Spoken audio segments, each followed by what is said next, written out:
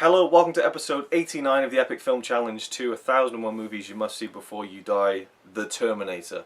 Before we even get into this, we're going to have a quick mini debate because Connie was saying this isn't a horror film. Now that we just watched it, but an hour ago, 2 hours ago, do you think it's a horror film in any way, shape or form? So I think it's mainly action. I disagree. I think that the sequel is much more of an action film and much less of a horror. Horrifying parts in It's a slasher film. It's this guy. I get. You see no slashing really. It's just. Just he's using no guns. I mean, it's a murder film. You know, he's just killing people to get to this girl to kill her. It's literally a girl running away from a murderer, basically, even though it's a cybernetic organism with living tissue. You all know the Terminator. You all know the story. It's 1984, and two people have been sent back in time. Yeah, but when people if you just have to give it one genre, to me, it's more an action movie than it is a horror. If someone says, "Have you seen the horror movie Terminator?"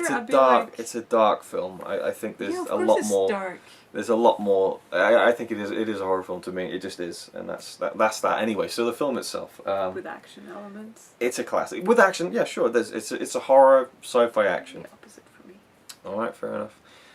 You chime in your opinions if anyone has them on that. But either way, it has horror elements in it. It's a classic, as I just said. So let's just talk about the film and leave the horror argument out of it. Is it listed as horror on? It's listed as IMDb? horror. I don't know. Let's just leave it because we got limited battery time. We're going to get this done. Terminator. Arnold Schwarzenegger. You know, he'd kind of done a few films before this. I think he just done Conan as well. And I think this was the film that really launched him as a superstar. Rightfully so. Just one of those weird kind of, actors who just came out of nowhere. You know, you would never expect it. A bodybuilder. Oh, let's put him in a movie. Oh, that's going to be shit. You know, he's one of the biggest stars of all time. You know, just look at the money and the amount of films that he made in the 80s and 90s that were just huge. And this was probably the most iconic role of his career, the Terminator, and the first one. And he's brilliant in the film, just so stone-faced and perfect as this Terminator, this killing machine. And I think he is scary in the film. You know, when he knocks on that first girl's door, Sarah Connor, and just blasts the door down and shoots her dead. It's ruthless. Termination on his face. Yeah. Linda Hamilton, Sarah Connor, great. Yeah. She's much better in the sequel. Yeah. But she's perfect for what Sarah Connor is supposed to be in this film, which is just a completely innocent, unaware girl who has no idea what's about to fall into her life, basically. With Michael Bihn's character, Kyle Reese, coming back as well.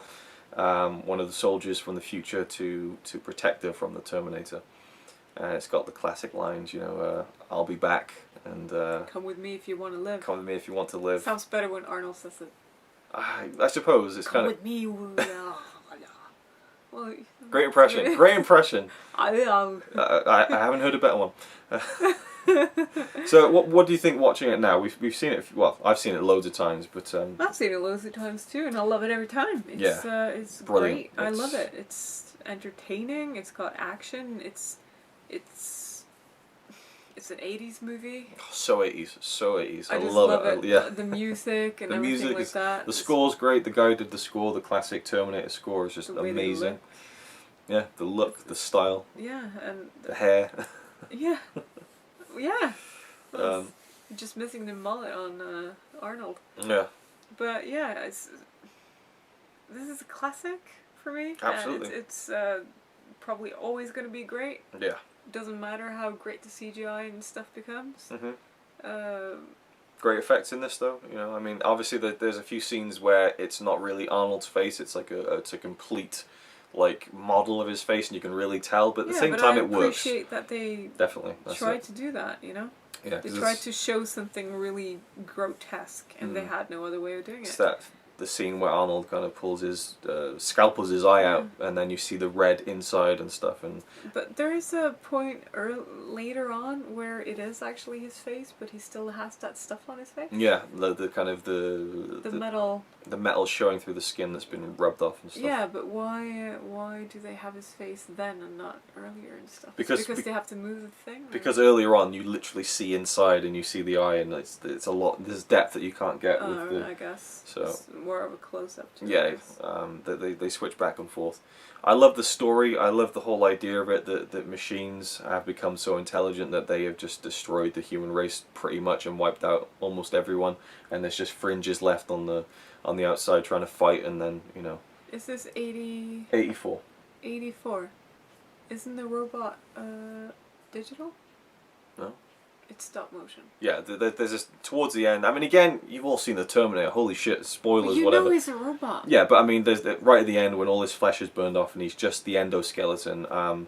They've done it very well, where they kind of are careful with the shots and stuff. But when it's full body, it's a stop motion, which isn't used much because there are bits when you just see like the torso or the back of it moving, and there's obviously someone underneath, you know. Yeah, because when he runs down a hallway or something, that kind of looks digital to me. No, it was stop motion animation. That was. Oh, okay. Yeah. Huh.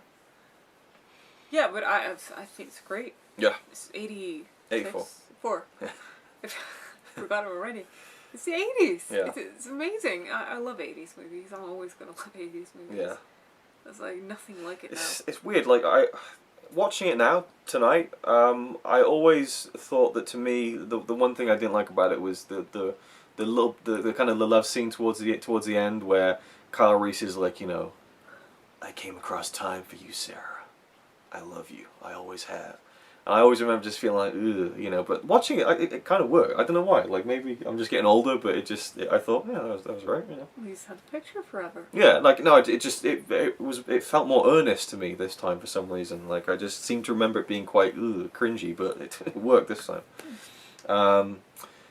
And yeah, I mean, what can you really say about it? I love how dark it is. I love how it's almost entirely set at night. I love how there is a thrill to it of them being endlessly chased down by this thing that, you know, he will not stop. You know, that he will hunt her down and kill her. That's all he does. I think the Terminator in the second one is more scary when he runs though.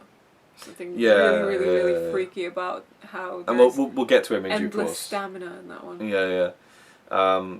But it's just it seems more. It's a brilliantly done film. Yeah. From start, I mean, James Cameron, like, what a writer director. You know, he had like a dream about this, and then made you know, just came up with everything. And I love it when these films come from like a writer director. It's not like adapted from something. Like this is purely James Cameron, and he just like nailed it, absolutely nailed it. And then everyone else who was in the film, you know, the actors, the main cast are great. I like all like the cops and stuff. That part of the film when they get when they get arrested, and like how they think that Kyle Reese is crazy. Like I like all that stuff, and it's just great. It's every part.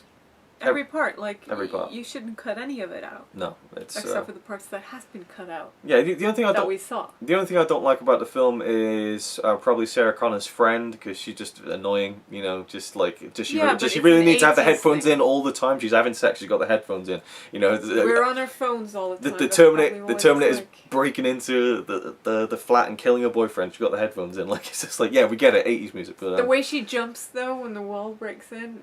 Yeah, that looks really real. They didn't tell her when. I just want to say I always forget how effective the scene in the bar is, tech noir, when the Terminator finally walks in and it goes to slow motion, and you're hearing that 80s track and it starts going down a bit, and just see like the slow mo. I love that scene so much. It's amazing. And the ending, I love the ending where you see Sarah in the car, and you get the kind of the call back to the picture from earlier on in the film. Yeah. And the way that she drives off, you know, to an uncertain future with the music playing, and that is something that I feel like not a lot of films get right, like The Fly. Not to go into the ending of The Fly, we talked about it a few videos ago, but The Fly, it just kind of ends on this big dramatic moment, and that's fine, but it just fades to black, and it's like, oh, well, there you go. Whereas this one has a big dramatic ending, it fades to black, and then we get kind of this button scene at the end, which just kind of, it's just a much more smoother kind of nice ending. I don't know. Yeah, but it's also kind of an ending that leads on to a sequel. It is true, but at the same time, the Fly ending doesn't lead on to a sequel. But I could easily have seen this film never having sequels, and it would still be a great ending. You know, it really fits. You know, and yeah, one more. Yeah, but I'm really glad they made Terminator 2 because fucking hell, yeah.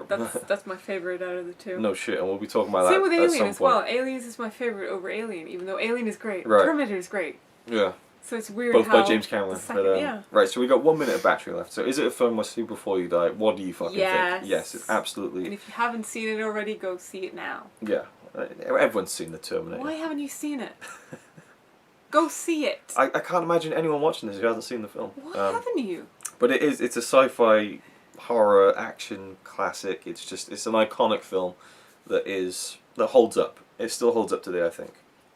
Even some of those scenes in the future with Kyle Reese and stuff, and the skulls getting crushed under the robots thing. I love all that stuff. It's a nightmarish vision of the future. I find that kind of a teeny bit scary, to imagine a future like that. But there you go. Definitely a film you must see before you die. Anything else you'd like to add? It's great. It's great. Thank you for watching.